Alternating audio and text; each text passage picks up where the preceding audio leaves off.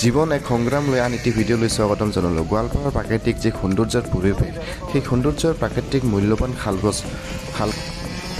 কাটি তহিলং কৰিব লগা হৈছে। কাৰণ সেই ৰাস্তা ফৰৱে হোৱাৰ কাৰণে এতিয়া ৰাস্তাৰ আশে পাশে থকা যিবোৰ শালগছ, যিবোৰ মূল্যৱান শালগছবোৰক এতিয়া কাটি তহিলং কৰি থকা হৈছে।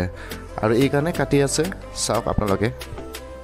আৰু কিন্তু দেখিলে বেয়া লাগে, কাৰণ চাওক আমি যেতিয়া গোৱালপাৰাৰ পৰা গুৱাহাটী অভিমুখে আমি যাতায়াত কৰোঁ সেই ৰাস্তাৰে, আৰু যেতিয়া আমি গুৱাহাটীৰ পৰা গোৱালপাৰা বা অন্য ৰাজ্যলৈ আমি যাতায়াত কৰোঁ সেই ৰাস্তাৰে যিবোৰ ব্যক্তি যায় অহা যোৱা কৰে, সেইবোৰ ব্যক্তিৰ মনত এটা ভাল লাগে। কাৰণ শালগছৰ মাজেৰে আমি যেতিয়া যাতায়াত কৰোঁ মনটো ভাল লাগি যায়। চাৰিওপিনে শালগছ, চাৰিওপিনে গছ, মানে এটা প্ৰাকৃতিক পৰিৱেশৰ মাজেৰে আমি যেতিয়া যাতায়াত কৰোঁ তেতিয়া বহুত ভাল লাগে।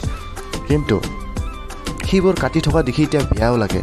কিন্তু এটা কথা ক'ব লাগিব, কাৰণ চাওক সেই ৰাস্তাৰে যিহেতু অহা যোৱা কৰা বহুত গাড়ী হৈছে, মানুহ বহুত হৈছে, সেইকাৰণে এতিয়া ফৰৱেৰ প্ৰয়োজন।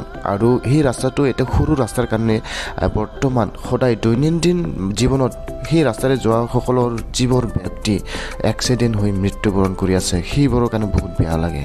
কাৰণ কিছুমান মানুহৰ জীৱন তাৰ কাৰণে সেই ৰাস্তা সৰু এটা ভুলৰ কাৰণে, কিছুমান মানুহৰ ভুলৰ কাৰণে বা ড্ৰাইভ কৰাৰ কাৰণে এক্সিডেণ্টত এতিয়া বিচনাত চটপটাই থাকিব লগা হৈছে। বহু মানুহৰ জীৱন শেষ, বহু মানুহৰ ভাল জীৱন তাতেই শেষ। সেই ৰাস্তাৰে অহা যোৱা যিবোৰ ব্যক্তি কৰে, বহুত মানে এক্সিডেণ্টটো ইমানেই বাঢ়ি গৈছে যে আপুনি ধৰিবই নোৱাৰে, ইমান এক্সিডেণ্ট।